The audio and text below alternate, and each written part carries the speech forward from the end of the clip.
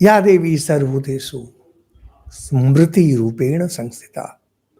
स्मृति का साधारण अर्थ है याददाश्त, लेकिन स्मृति एक तकनीकी शब्द भी है और मुझे जहाँ तक लगता है मार्कंडेय पुराण में जिसका हम लोग अध्ययन कर रहे हैं, स्मृति तकनीकी अर्थ में ही दिया गया है। स्मृति का अर्थ होता है, अभी हम लोगों ने श्रद्धा के बारे में विस्तार में सुना।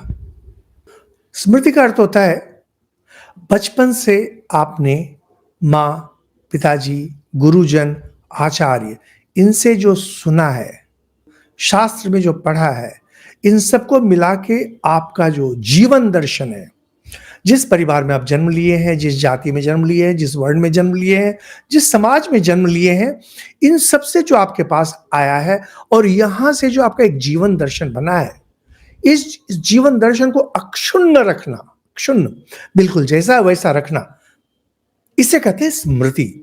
और यह जब खो जाती है तो कहते हैं विस्मृति।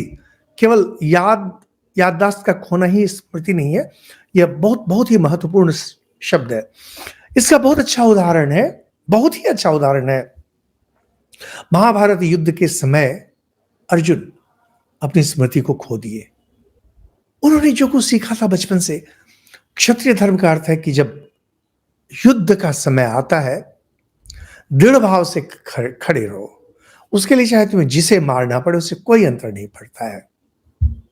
लेकिन जब उन्होंने अपनों को देखा और जब देखा कि जो कुछ हो रहा है यह तो बस सुख पाने के लिए, राज्य सुख पाने के लिए हो रहा है, कहीं पर उनकी स्मृति डगमगा गई और भगवान जी ने तब उन्हें गीता का उपदेश दिया।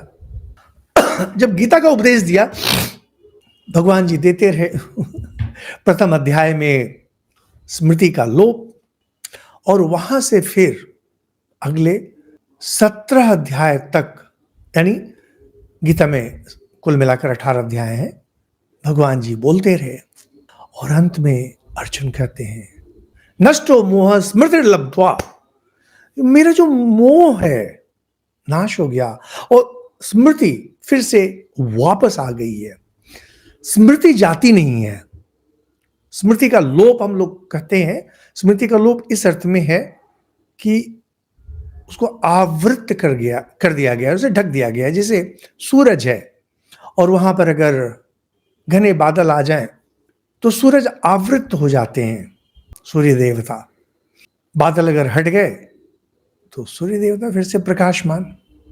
जीवन में यह बहुत महत्वपूर्ण है कि पहले स्मृति को बनाया जाए और फिर उसे हिलने नहीं दिया जाए। धर्म पालन स्मृति के माध्यम से ही होता है।